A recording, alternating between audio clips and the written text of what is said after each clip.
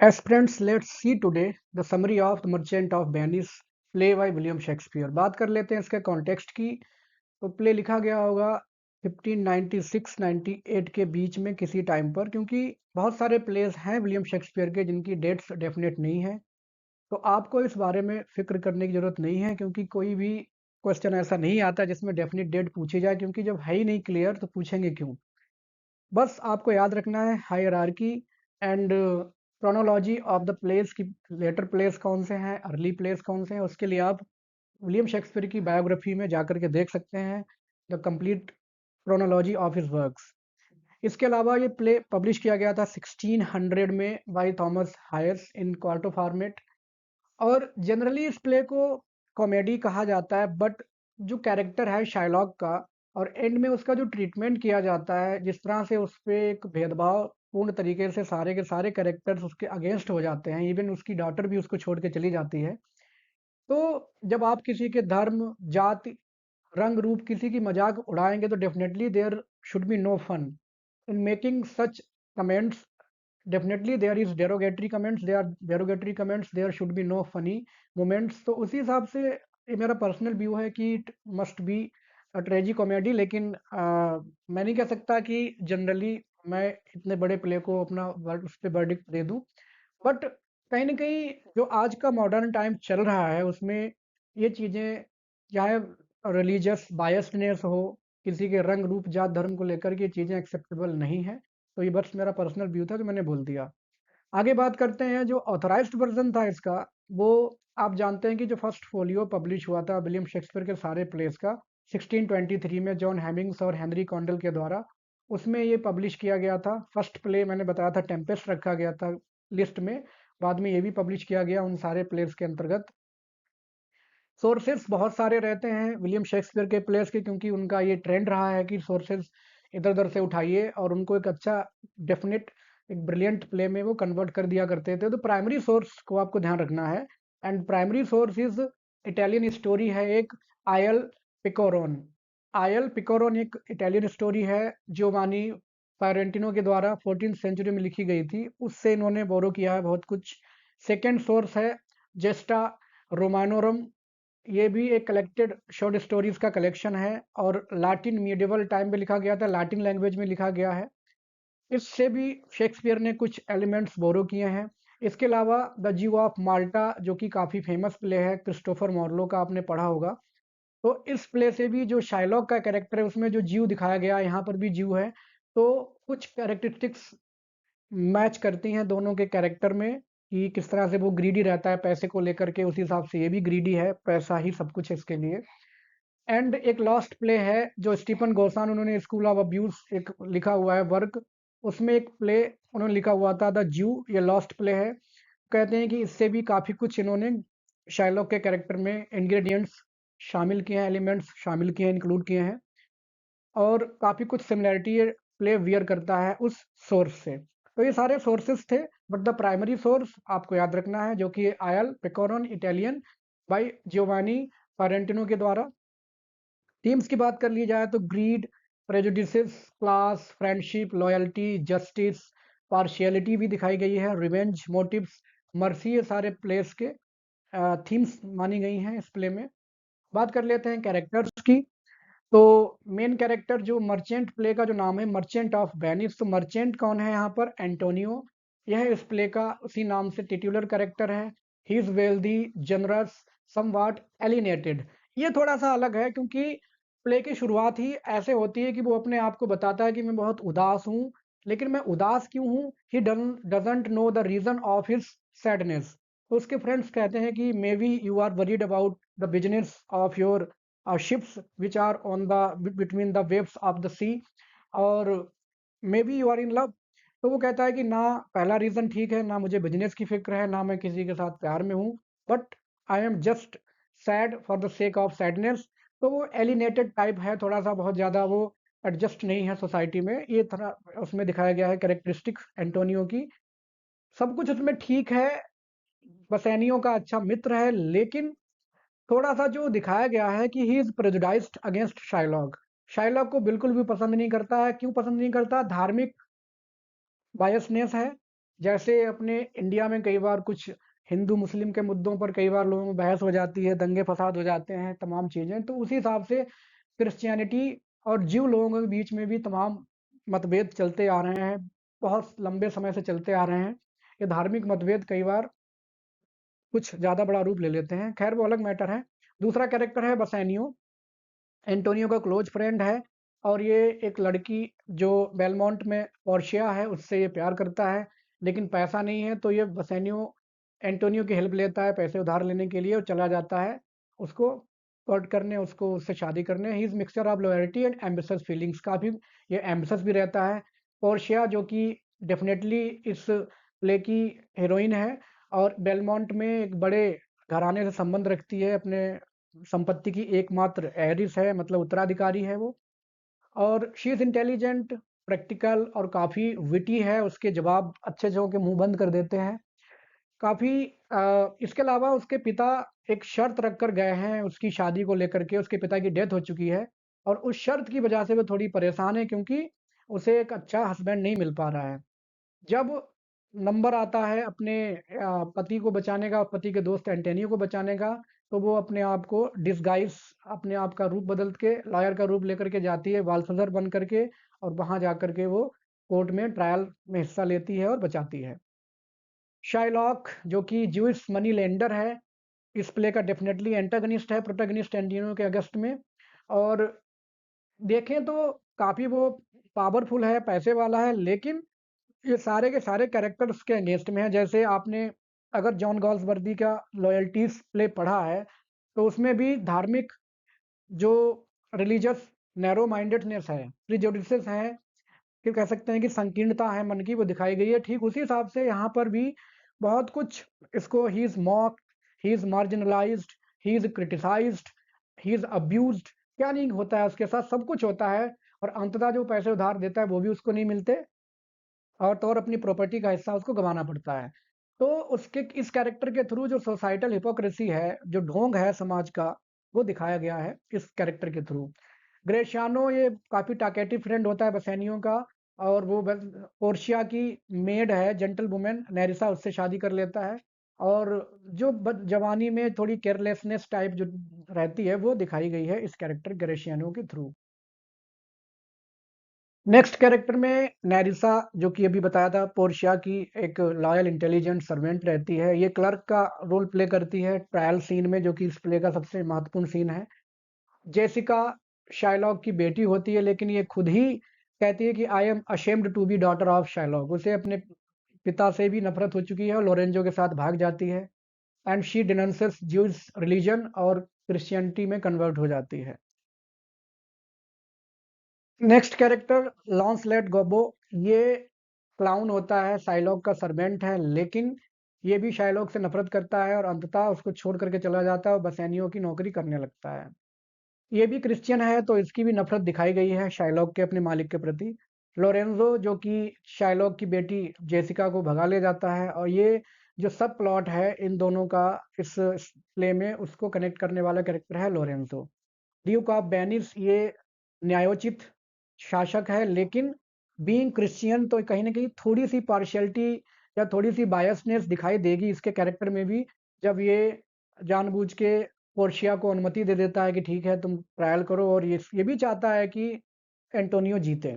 He presides the case, case में यही main जज होता है, लेकिन कहीं न कहीं इसका झुकाव भी बीइंग क्रिश्चियन, क्रिश्चियनिटी की ओर ही होता है। देखते हैं समरी इस प्ले की। तो प्ले की शुरुआत मैंने आपको बताया कि होती है एंटोनियो बस यूं ही एक्सप्रेस कर रहा होता है अपने व्यूज की मैं बहुत ज़्यादा दुखी हूँ। उसके फ्रेंड्स हैं सेलेरियो और सोलेनियो, इनसे बात कर रहा होता है। कहता है कि मैं दुखी हूँ, लेकिन मैं दुखी क्यों हूँ ये मैं नहीं जानता। इसके दोस्त कहते हैं कि भाई या तो तुम्हें प्यार हो गया है या तुम बिजनेस को लेकर के चिंतित में हो। लेकिन उसके दोस्त कहते हैं, ये सब जब सब कहते हैं तो एंटोनियो कहता है ऐसा कुछ भी नहीं है, ना तो मुझे अपनी बिजनेस की चिंता है और ना ही मुझे मैं किसी से प्यार में हूँ, ये सब बातें बकवास हैं। तभी ये सब बात कर ही रहे होते हैं कि बसेनियो आ जाता है और बसेनियो आकर के कहने लगता है कि भाई देखो, मेरे पास पैसा बिल्कुल नहीं है और मुझे जाना है शादी करने पोर्शिया से बेलमोंट में और मेरे लिए पैसे का व्यवस्था कर दो। हालांकि पहले से ही इसने काफ़ी कुछ उधार लिया हुआ है, बसेनियो ने एंटोनियो से पहले से ही इसका ये क्रेडिट डेटर है, लेकिन मजबूरी है। अब एंटोनियो उससे कहता है कि ठीक है भाई, मेरे पास तो पैसा अभी नहीं है क्योंकि मैंने पूरा पैसा अपने बिजनेस में लगा रखा है। मेरे जहाज आ रहे हैं सारा सामान लेकर के, जैसे ही सब हो जाएगा मेरे पास पैसा आ जाएगा, लेकिन डेफिनेटली मैं वादा करता हूँ कि मुझे कोई मिल जाएगा और मैं तुम्हारे लिए पैसे का इंतजाम कर दूंगा। अगला सीन बेलमोंट में है, जहाँ पर पोर्शिया और नेरिसा उसकी नौकरानी दोनों बात कर रहे होते हैं। तो जो लॉटरी सिस्टम उसके पिता ने किया है उसकी शादी के लिए, उसके बारे में बात हो रही है, क्योंकि पोर्शिया अभी तक एक अच्छा हस्बैंड नहीं मतलब बना पाई है, सिर्फ और सिर्फ लॉटरी सिस्टम की वजह से। कोई भी शूटर आता है उससे शादी करने के लिए, तो उसको क्या है कि 3 संदूक हैं, उसके पिता ने 3 संदूक बनाए हुए हैं, जो कि which is made of lead, silver and gold। कह सकते हैं कि इन शीशे और चांदी और सोने के 3 संदूक हैं, उन संदूकों में से चुनना पड़ेगा, और उस संदूक में जिसमें से पोर्शिया का पोर्ट्रेट निकलेगा, तो बस समझ लो वही जीत गया, और उसी से ही पोर्शिया को शादी करनी पड़ेगी। तो कहीं न कहीं पोर्शिया जो है बेचारी मजबूर है, ना तो वो ऐसे इंसान से बता सकती है, उसको खुद नहीं पता है कि किसमें क्या रखा है, और वो ना किसी की हेल्प कर सकती है, वो सिर्फ़ और सिर्फ़ भाग्य के भरोसे बैठी है और फ्रस्ट्रेट होती है उसके पापा ने ऐसा उसके साथ क्यों किया। अब पोर्शिया और नेरेसा डिस्कस करते हैं कि बहुत सारे लोग आए थे उसको ये चैलेंज एक्सेप्ट करने, सही कैस्केड को चुनने, लेकिन कोई नहीं चुन पाया, और उसने बहुत सारे लोगों को रिजेक्ट भी कर दिया क्योंकि ऐसे उसकी भी बदनामी हो रही है। अब नेरेसा उसको याद दिलाती है कि आपको जो वेनेशियन एक यंग मैन आया था, क्या उसकी याद है? तो बसेनियो का जिक्र हो रहा होता है, तो कहती हाँ हाँ, अगर वो आ जाए तो डेफिनेटली वो एक डिजर्विंग कैंडिडेट है, मैं चाहूंगी कि वो सिलेक्शन करने में सफल हो जाए। पोर्शिया ऐसी उम्मीद करती है। अगला सीन में एंटोनियो शाइलॉक के पास पहुंच चुका है पैसे मांगने बसेनियो के लिए, और उससे जाकर के वो मांगता है कि मुझे भाई तुम 3000 डकैट्स दे दो। डकैट्स ये कोई मुद्रा है वहाँ की जहाँ जो चल रही हो, जैसे हर देश की मुद्राएं अलग अलग रहती हैं। 3 महीने के लिए मांगता है कि बदले में मैं 3 महीने में पैसा दे दूंगा, अगर नहीं दे पाता हूँ तो एंटोनियो एक बाउंड एक शाइन करता है, बॉन्ड एक्चुअली है ये, और अगर मैं नहीं दे पाया तो शाइलॉक कहता है कि मैं तुम्हारे शरीर से 1 पाउंड मॉस जो मांस का टुकड़ा, फ्लेश का टुकड़ा निकाल लूँगा। तो शाइलॉक एडमिट करता है थोड़ा-सा अपने जब सललकी में कहता है कि एंटोनियो ने मुझे बहुत सारे मौकों पर बहुत मेरी बदनामी की हुई है, तो डेफ़िनेटली अब मैं मौका मुझे मिला है, मैं पूरा बदला लेकर मानूँगा। अब जब एंटोनियो शाइलॉक के पास आता है, उसको याद दिलाता है कि कैसे-कैसे, शाइलॉक कहता है, "कैसे-कैसे तुमने मेरी बदनामी की है, तुमने मुझे कुत्ता बोला है, तुमने मुझे मेरे धर्म को लेकर के टिप्पणी की है, मेरे लुक को लेकर टिप्पणी की है, तुमने मेरे कपड़ों पर थूका भी था, कभी-कभी बिज़नेस ट्रांज़ैक्शंस हुआ करते थे, तुमने मुझे कैसे-कैसे नहीं ट्रीट किया है, तो बताओ मैं तुम्हें पैसे उधार कैसे दूँ?" तो एंटोनियो कहता है कि देखो, अगर रही बात धार्मिक प्रेजुडिसेस की, तो मेरे अंदर अभी भी है, मैं अभी भी तुम पर गाली दूँगा, मैं तुम्हें थूकूँगा भी। लेकिन तुम अपनी जिस कंडीशन पे पैसे देना चाहते हो, उस कंडीशन पे पैसे दो, लेकिन मुझे पैसे चाहिए तुमसे। तो वो कंडीशन रख देता है, ठीक है। तो शार्लॉक कहता है, ठीक है, पैसे ले जाओ, लेकिन अगर तुम पैसे नहीं दे पाए तो I will cut off a pound of Antonio's flesh, मैं तुम्हारे मांस से एक टुकड़ा, 1 पाउंड टुकड़ा काटूँगा, अगर तुम पैसे नहीं दे पाए, और मेरी मर्ज़ी जिस शरीर के किसी भी पार्ट से मैं काट सकता हूँ। तो ये तो बड़ी खतरनाक शर्त है। लेकिन एंटोनियो मजबूर है अपने दोस्त के खातिर, तो बसेनियो मना भी करता है कि देखो ऐसी शर्त आप मत मानिए, लेकिन एंटोनियो के पास ये भरोसा है कि मेरे जहाज तब तक आ जाएँगे 3 महीने से पहले, और मैं इसका पैसा चुका दूँगा। और इस तरह से शर्त कंप्लीट करने के बाद पैसे उधार ले लेता है। एंटोनियो एग्री करता है और उस बॉन्ड को साइन कर देता है। अब बेलमोंट में एक सेकंड में प्रिंस ऑफ मोरक्को आता है पोर्शिया से शादी करने। पोर्शिया उसको बताती है कि देखो ये लॉटरी सिस्टम कैसा है, मेरे पिता ने बनाया हुआ है, तुमको पता तो होगा ही होगा। और वो प्रिंस कहता है कि ठीक है, मुझे ले चलो जल्दी, मैं सिलेक्ट करना चाहता हूँ, क्योंकि पोर्शिया इतनी खूबसूरत है, जो भी आता है चाहता है जल्दी सिलेक्शन करे और शादी करे और ले जाए इसको। लेकिन पोर्शिया कहती है देखो, जल्दबाजी बिल्कुल नहीं करनी है, और प्रॉमिस करो कि अगर तुमने सही सेलेक्ट कर लिया तब तो मुझसे शादी होगी होगी, अगर गलत सेलेक्ट किया तुमने संदूक, तो तुम भविष्य में किसी से भी शादी नहीं कर पाओगे। तो वो तैयार हो जाता है, क्योंकि भाई पोर्शिया के आगे सब आगे तैयार हैं। अगला सीन, लैंसलॉट गब्बो जो कि शाइलॉक का नौकर है, वो अब तमाम चीज़ें सोच रहा है कि शाइलॉक इतना ज़्यादा इट इज़ लाइक डेविल, और मुझे छोड़ना है इसका साथ। शाइलॉक मुझे ह्यूमिलिएट करता है, सब कुछ करता है, तो मुझे इसका साथ छोड़ना है। और वो उसका साथ छोड़ कर के जा ही रहा होता है कि बसेनियो आ जाता है और उससे कहता है कि ठीक है, अच्छा तुम मेरे लिए काम करो। अब देखिए ऐसा दिखाया गया, बसेनियों के पास पैसा नहीं है, लेकिन नौकर रखना इनको भी है। इन्हें भी एक नौकर चाहिए। ठीक है भाई, जैसा भी है वो उसकी सर्विस में आ जाता है। ग्रेशियानो भी इसका जो दोस्त है बसेनियो का, वो भी आने वाला है। वो कहता है कि मुझे भी अपने साथ स्टेक मतलब बेलमोंट ले चलो, जहाँ तुम पोर्शिया से शादी करने जा रहे हो, मैं भी तुम्हारे साथ चलूंगा। तो दोनों तैयार हो जाते हैं। जेसिका लोरेंजो के पास अपना लेटर भेजती है। लोरेंजो कौन, मैं कैरेक्टर में स्टेक में बता चुका हूँ कैरेक्टर एनालिसिस में, कि यह इसका जेसिका का प्रेमी है और इससे शादी करना चाहता है। तो लॉन्सलेट की हेल्प लेते हुए जेसिका उसके पास एक लेटर भेजती है, ये कंफर्म करने के लिए कि कहीं वो भूल तो नहीं गया, ऐसा तो नहीं भूल गया हो कि मुझे शादी करनी थी। तो लोरेंजो कहता है कि नहीं, मैं नहीं भूला हूँ, डेफिनेटली मैं तुमसे शादी करूंगा। लोरेंजो उसके दोस्त डिस्गाइज एक नाटक मंचन होने वाला होता है, तो ये नाटक के कलाकारों के रूप में अपना बेस बदलते हैं और जेसिका को भगा ले जाते हैं। जेसिका अपने साथ साथ अपने घर में बहुत सारी ज्वेलरी पैसे लेकर के भाग जाती है। पहले वो ये भी कहती है कि I am ashamed of to be the daughter of Shylock. Bassanio और एंटोनियो दोनों निकल जाते हैं बेलमोंट के लिए। शाइलॉक जब पता चलता है उसकी बेटी भाग गई, तो वो एकदम पागल हो जाता है और गलियों में चिल्लाता हुआ घूमता है कि my daughter my ducats my jewels, my daughter my ducats my jewels. उसको अपनी बेटी के भागने के साथ साथ अपने पैसे की भी चिंता हो जाती है कि इतना सब कुछ लेकर के वो भाग गई। तभी उसे खबर मिलती है इधर कि जो गुड्स आ रहे थे एंटोनियो के जिस शिप से, वो शिप सागर में समुद्र में गायब हो गए हैं।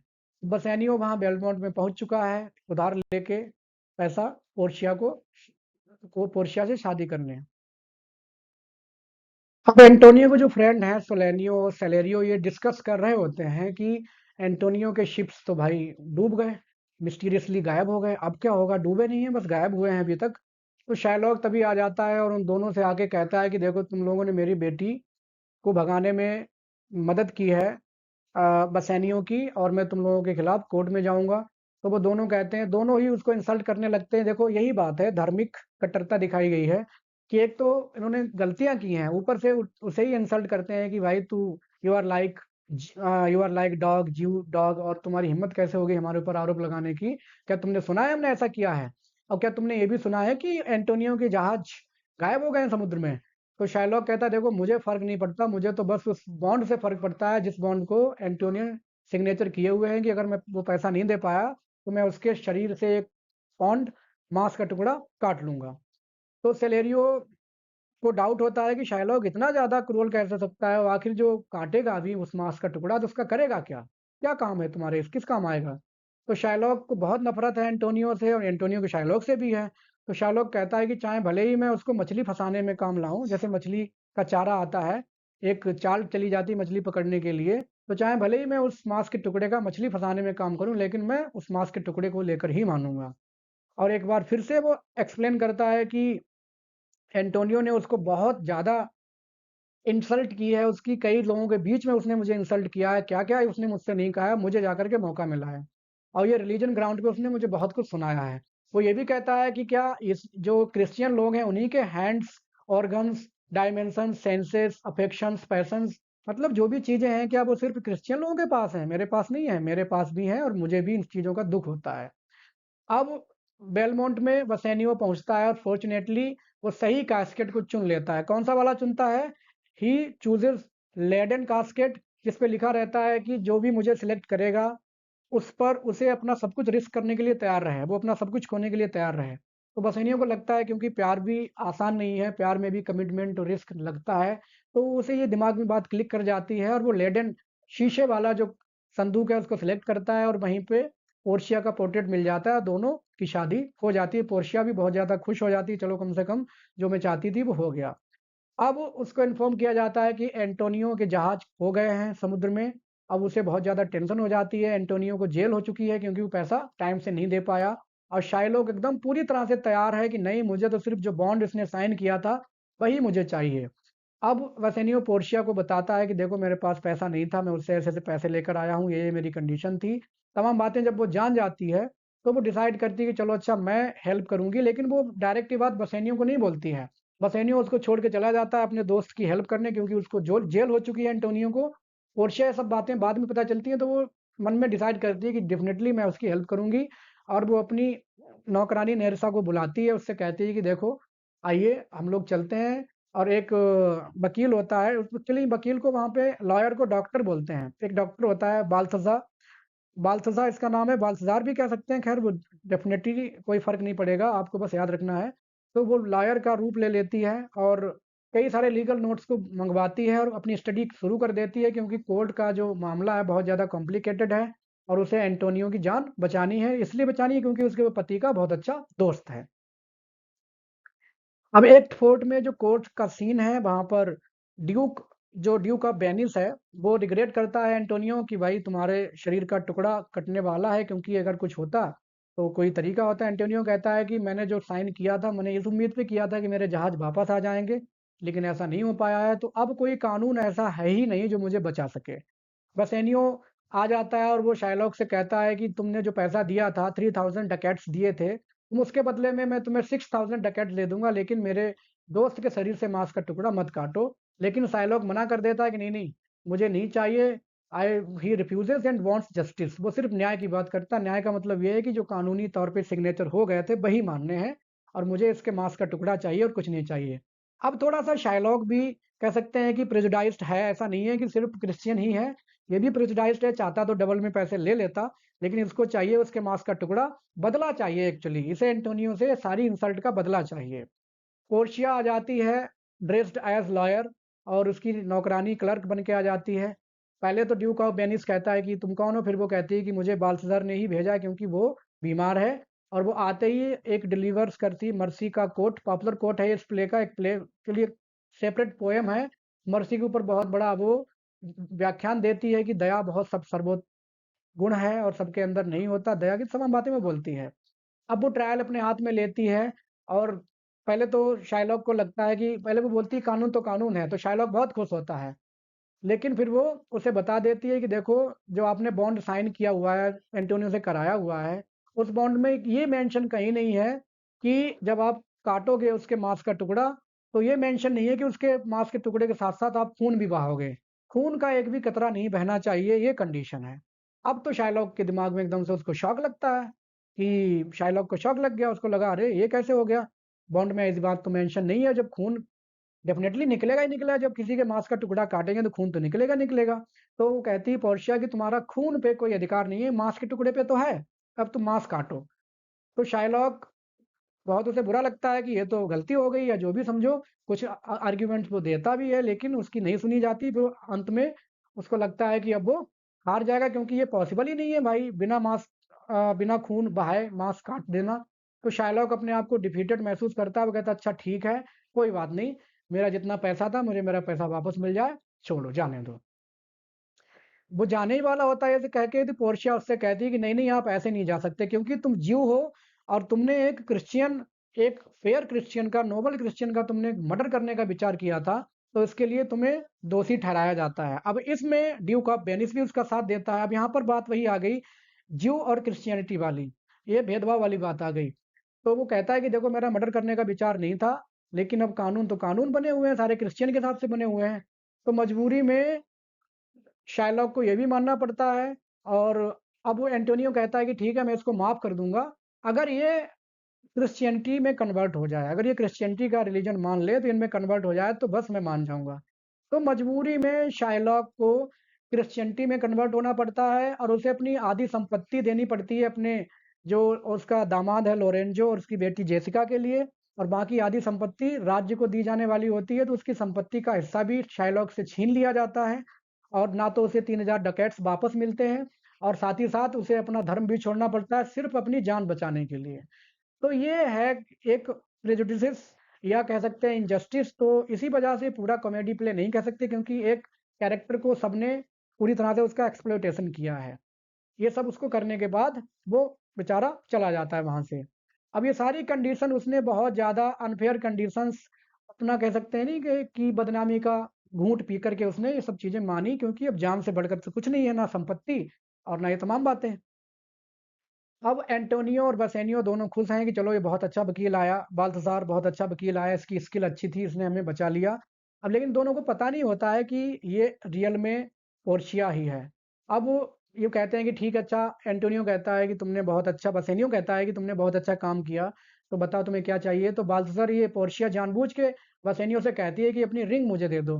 पहले तो बसेनियो कहता नहीं नहीं मैं नहीं दूंगा भाई, ये तो मेरी अभी जल्दी जल्दी में शादी हुई है और मेरी बीवी ने मुझको ये रिंग दी हुई है, अपनी रिंग कैसे दे दूं। लेकिन एंटोनियो क्योंकि उसने जान बचाई है तो बसेनियो को बहुत ज़्यादा प्रेशराइज करता है कि रिंग उसको दे दो, और उसने हमारी जान बचाई है, इतना बड़ा काम उसने हमारे लिए किया है तो रिंग दे दो। तो मजबूरी में बसेनियो उसको रिंग बाल्थाजार को दे देता है। और जब ये सब वापस पहुंच जाते हैं, पोर्शिया नेरुसा बेलमोंट में वापस, बसेनियो एंटोनियो भी बाद में वापस आते हैं। और पोर्शिया आते ही बसेनियो से कहती है कि तुम्हारी जो रिंग थी मैंने तुम्हें दी हुई थी वो गायब है, वो रिंग कहाँ है।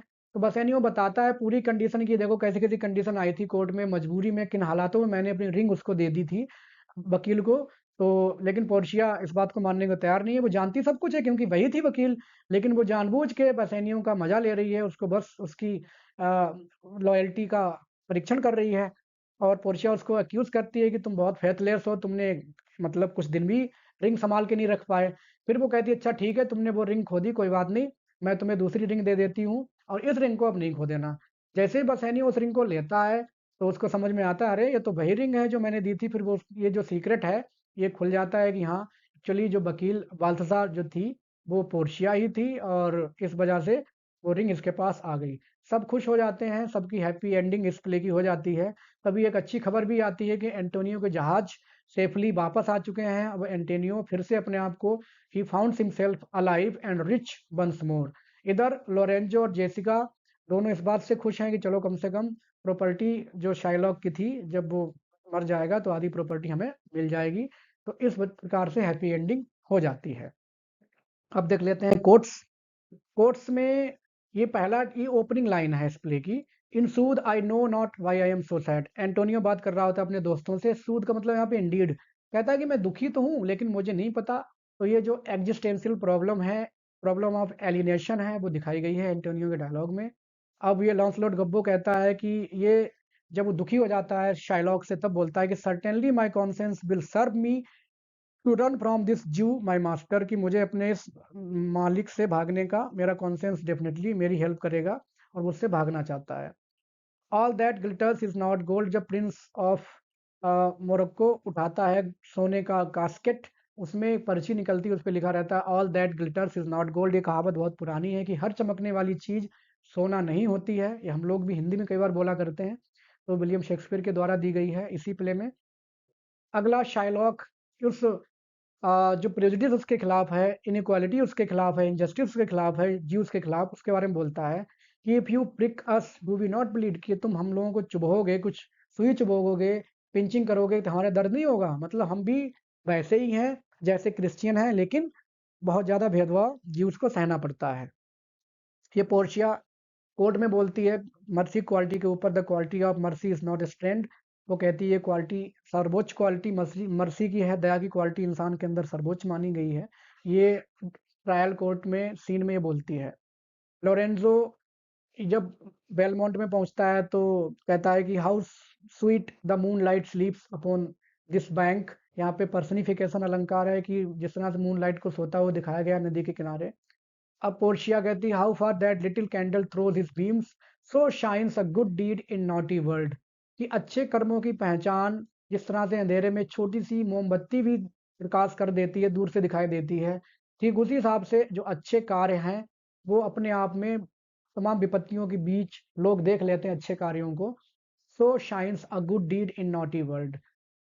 आई am a daughter to his blood, I am not to his manners. Jessica अपने पापा से नफरत, अपने पिता से नफरत दिखाते हुए कहती है कि मैं उसकी मतलब बेटी हूँ क्योंकि उसने मुझे जन्म दिया है, बट बायोलॉजिकली मैं उसकी बेटी हूँ, लेकिन एक्सटर्नल मैं उसके मैनर्स की नहीं हूँ या मैं उससे डिफरेंट हूँ। ये उसे अपने पिता से नफरत है। आगे ये जो दो दोस्त पूछते हैं कि तुम एंटोनियो के मांस का करोगे क्या, तो शार्लॉक उसको जवाब देता है कि टू बेट फिश विदल, मुझे चाहे मछलियों को मांस खिलाना पड़े लेकिन मैं मांस का टुकड़ा जरूर काटूंगा। It will feed nothing else, it will feed my revenge. और इस तरह से मैं अपना बदला पूरा कर पाऊंगा। मैं अपने बदला, फीड का मतलब मैं अपने बदले को मांस का टुकड़ा खिलाऊंगा, इट मीन्स कि मैं उससे बदला लेकर के मानूंगा। तो ये सारे कोटेशंस थे, मेन मेन है तो बहुत सारे कोटेशंस। आप चाहें तो you can search on any platform. बाकी अगर बुक है तो बहुत अच्छा है। हालांकि ये सारे मेन कोटेशंस मैंने शामिल कर ही दिए हैं। उम्मीद है आपको वीडियो अच्छा लगा होगा। आप चैनल को लाइक, सब्सक्राइब, शेयर कर सकते हैं। Thanks for watching.